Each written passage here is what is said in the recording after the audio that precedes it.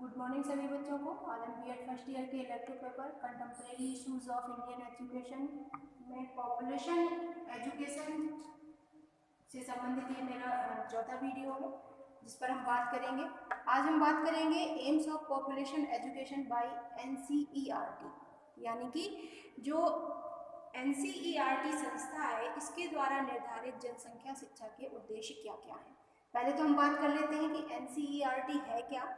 जैसे कि आप लोगों में हो सकता है बहुत सारे बच्चों को पता हो, फिर भी मैं एक कॉमन जानकारी इसमें दे रही हूँ। एनसीईआरटी का फुल फॉर्म है national council of education research and training, ठीक है।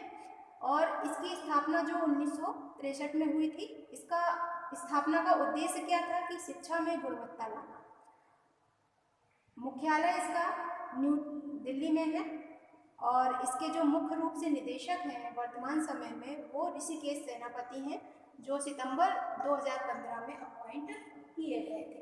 तो अब हम बात करते हैं AIIMS of population education by NCERT में। तो इसके उद्देश्य इन्होंने क्या निर्धारित किए जनसंख्या शिक्षा से संबंधित। इन्होंने पहली बात ये की कि विद्यालय के शिक्षकों को शिक्षण इकाइयां तैयार करने का अभिनवन मतलब ओरिएंटेशन प्रदान करना चाहिए और इससे क्या होगा, छात्र बढ़ती जनसंख्या और उससे उत्पन्न समस्याओं के विषय में रुचि लेंगे। दूसरा, विद्यालय में जनसंख्या शिक्षा के लिए उपयुक्त सामग्री को तैयार करना। इन्होंने जो एनसीईआरटी ने निर्धारित किया कि जो भी विद्यालय हैं वहाँ पर जो भी शिक्षण कार्य होगा तो जनसंख्या शिक्षण के लिए उपयुक्त हम सामग्री को तैयार करेंगे, यानी टीएलएम बनाने की इन्होंने बात की। आगे इसी में कहा कि जो भी चयनित विद्यालय हैं उनके पाठ्य सहगामी क्रिया के रूप में हम इसको प्रयोग करना और सफलता मिलने पर बड़े पैमाने पर लागू करना, यानी कि जो सिलेक्टेड विद्यालय हैं पहले हम उस पर क्या करेंगे, पाठ्य सहगामी क्रियाओं के रूप में इस प्रकरण पर चर्चा करेंगे और जब हमें वहाँ पर इन चीज़ों में सक्सेस हो जाएंगे तो हम अन्य विद्यालयों पर या बड़े पैमाने पर इसको लागू करने पर विचार करेंगे। शालाएं में जो जैसी शालाएं होती है ना, पाठशालाएं, उनमें जनसंख्या शिक्षा के कार्यक्रम हेतु क्रियानुसंधान की व्यवस्था करना और कार्यक्रम को सफल बनाना।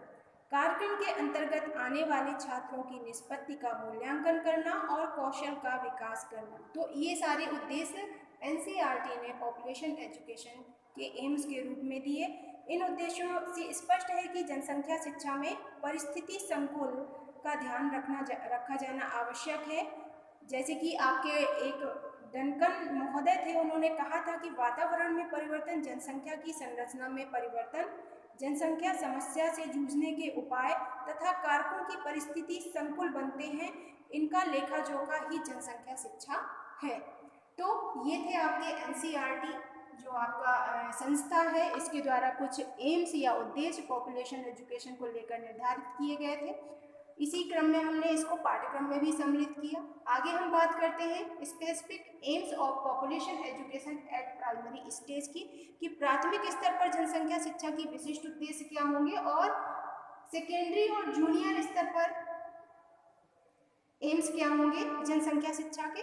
तो 3 बिंदु मैंने नीचे लिखे हुए हैं, ज्ञान एवं अवबोधपरक उद्देश्य, अभिवृत्तिपरक उद्देश्य और कौशल एवं योग्यता परक उद्देश्य। इन्हीं 3 उद्देश्यों की बात प्राइमरी स्टेज पर होती है और जूनियर और सेकेंडरी स्टेज पर भी होती है, लेकिन स्तर के अनुसार ज्ञान एवं अवबोधपरक उद्देश्य बदल जाते हैं। आपकी जो आपका एटीट्यूड है वो बदल जाता है, साथ में स्किल्स और एबिलिटी भी बदल जाती है। तो अलग अलग स्तरों पर अलग अलग चीज़ें ही कार्यरत रखी जाएंगी। जैसे ज्ञान और अवबोधन को हम प्राइमरी स्तर पर देखें तो यहाँ पर छात्रों को जनसंख्या की जो वृद्धि के कारणों से हमें परिचित कराकर जो आस पड़ोस के गांव, राज्य, देश में जनसंख्या की प्रवृत्ति की जानकारी कराना है, किस स्तर पर, प्राइमरी स्तर पर। लेकिन अगर हम बात करें सेकेंडरी और जूनियर स्तर पर तो यहाँ पर विश्व, भारत और राज्य के संदर्भ में जनसंख्या के आंकड़ों संबंधी जानकारी को प्राप्त कराने की यहाँ बात करेंगे।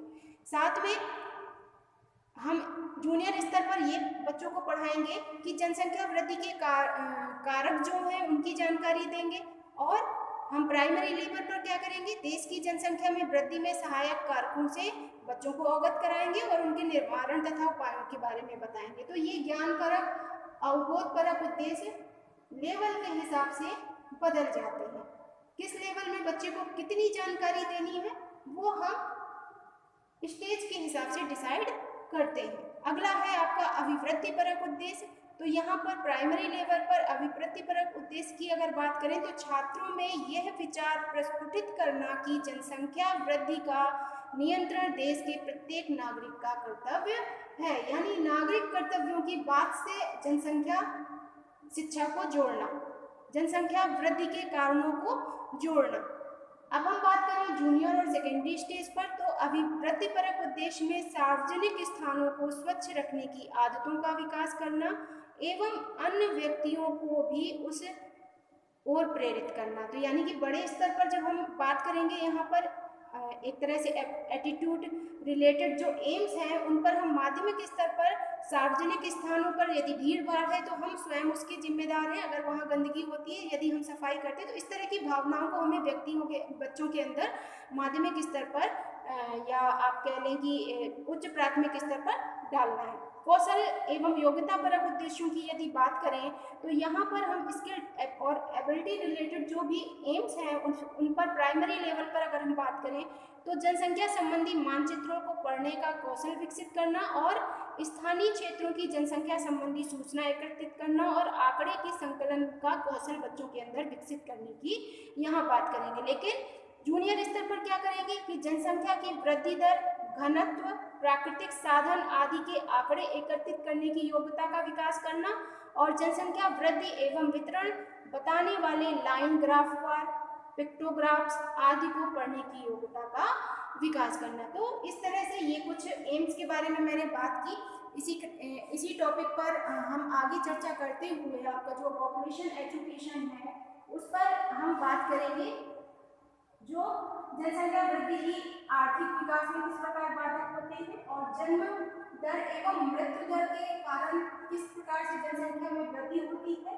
साथ में भारत में लिंग अनुपात और सरकार द्वारा जनसंख्या शिक्षा के विस्तार के लिए किए जा रहे प्रयासों की कल की क्लास में हम चर्चा करेंगे। इसके बाद आपका ये टॉपिक खत्म हो जाएगा। कल की क्लास के बाद फिर हम नेक्स्ट क्लास में नया टॉपिक लेंगे।